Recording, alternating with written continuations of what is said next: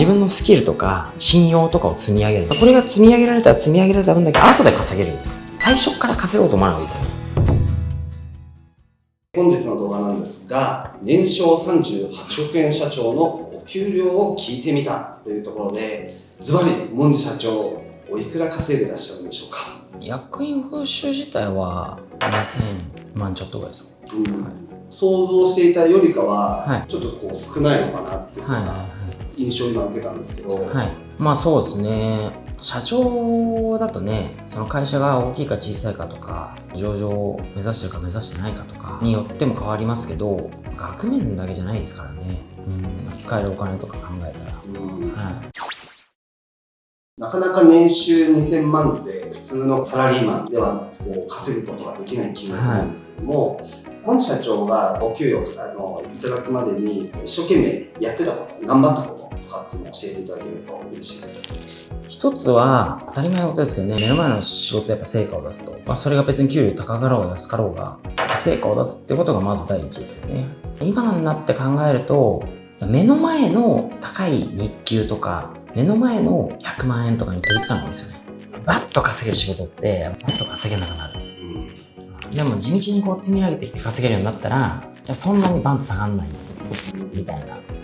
積み上げてきたものがあるんで、そういう意味ではなんかこう信頼貯金みたいなのもあるわけですよね。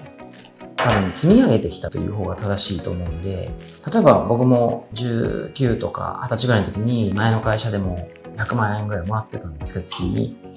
でもじゃあ最初どうだったかっていうと、最初はむしろ下手したら他の社員より給料少ない。もしくは給料同じぐらいでも、実は仕事に対してお金は結構使ってて、手取りで考えたらもう全然僕が一番安いとか、そのぐらいの期間もあったんで。会社としてはすごく稼いでいたとしても、実際こう自分の手元に残るお金っていうのはそこまで多くはなかった時期もある。だから別にそれどうでもよかったっていう言い方したら変ですけど、自分のスキルとか信用とかを積み上げる。これが積み上げられたら積み上げられた分だけ後で稼げる。最初から稼ごうと思わない方がいいですよね。どうしても自分の楽しい方にお金を使ってしまいがちかなとは思うんですが、信頼とかスキルの方にお金を回していったっていうことなんですか。だからですね、考えてる時間軸だと思うんですけど、今楽しい方がいいのか、将来楽しい方がいいのかって考えたときに、とにかくさっき言ったように、スキルとか経験を積んで、信用も積んで、後から稼げるようにするからと。で結果後から稼いだ方が、大人になってからの方が知識も、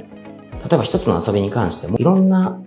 方法を知ってるわけですよ。いろんな場所も知ってるわけですよ。で、お金もある。時間もある程度融通が利く。大人になってから遊んだ方がいいですよね。むしろ働くのは若い時にした方がいいです。吸収力が違うからと。記憶力もエネルギーも全てが若い方があるから、若い方が学ぶ量も、レベルもサクサクいけるし、この時に頑張って貯めたものが後からこう来るので、若い時は遊べじゃなくて逆です。若い時はひたすら働いて経験積んでスキルを上げることを、信用を積むことをひたすらやった方がいいですよね。こういうことをできた人たちはみんな後で成功して大人になってからの方が人生楽しいって言いますよ。僕もそうですし。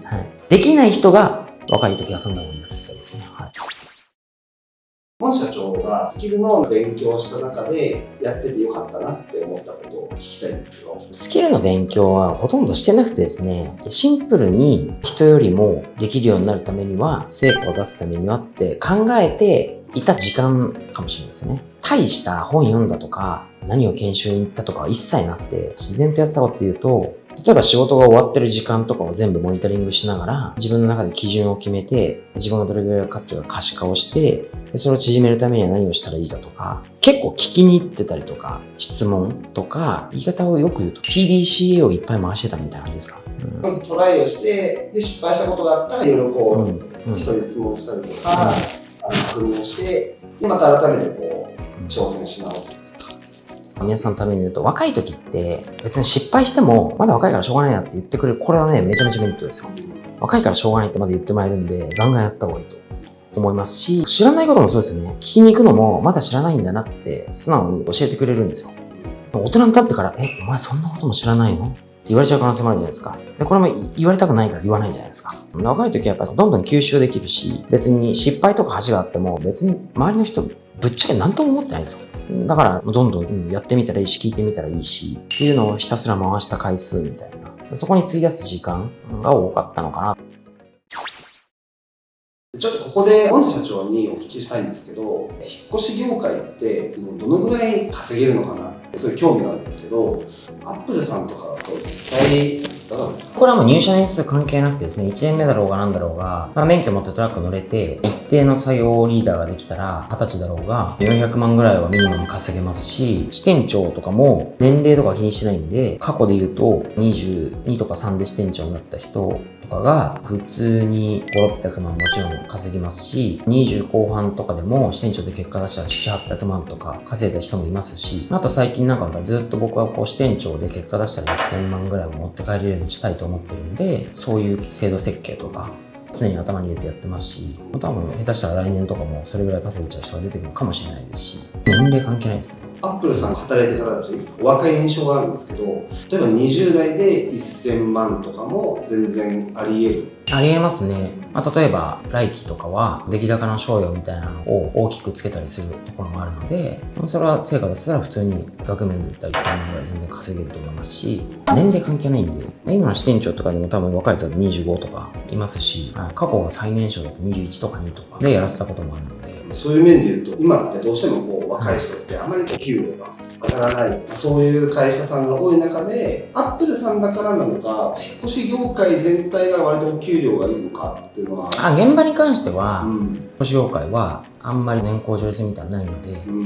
ただ一つは支店長とかになれる確率可能性でいうと、うちだけだと思いますね。20代前半で支店長になれますかみたいな、多分引っ越し会社は多分ほぼ皆無だと思いますね。そこはやっぱりある程度、キャリアというか年齢もいってないと、他の会社さんとかだとなかなかマネージャー職にはなりづらい。大きすぎるとやっぱりそれなりに経験、上がつっかえてるじゃないですか。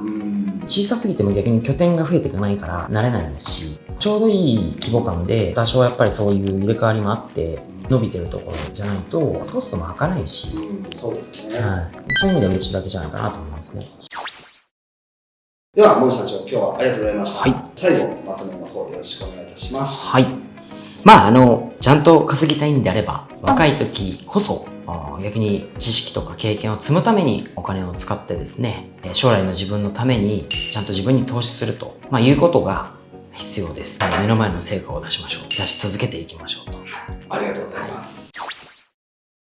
今回もご視聴ありがとうございます。この YouTube チャンネルでは、現場の様子、研修、イベント、またはビジネスに役立つ話とか、様々な動画をアップしておりますので、ぜひチャンネル登録をお願いいたします。そして今日のこの動画にもぜひいいねをよろしくお願いいたします。ありがとうございました。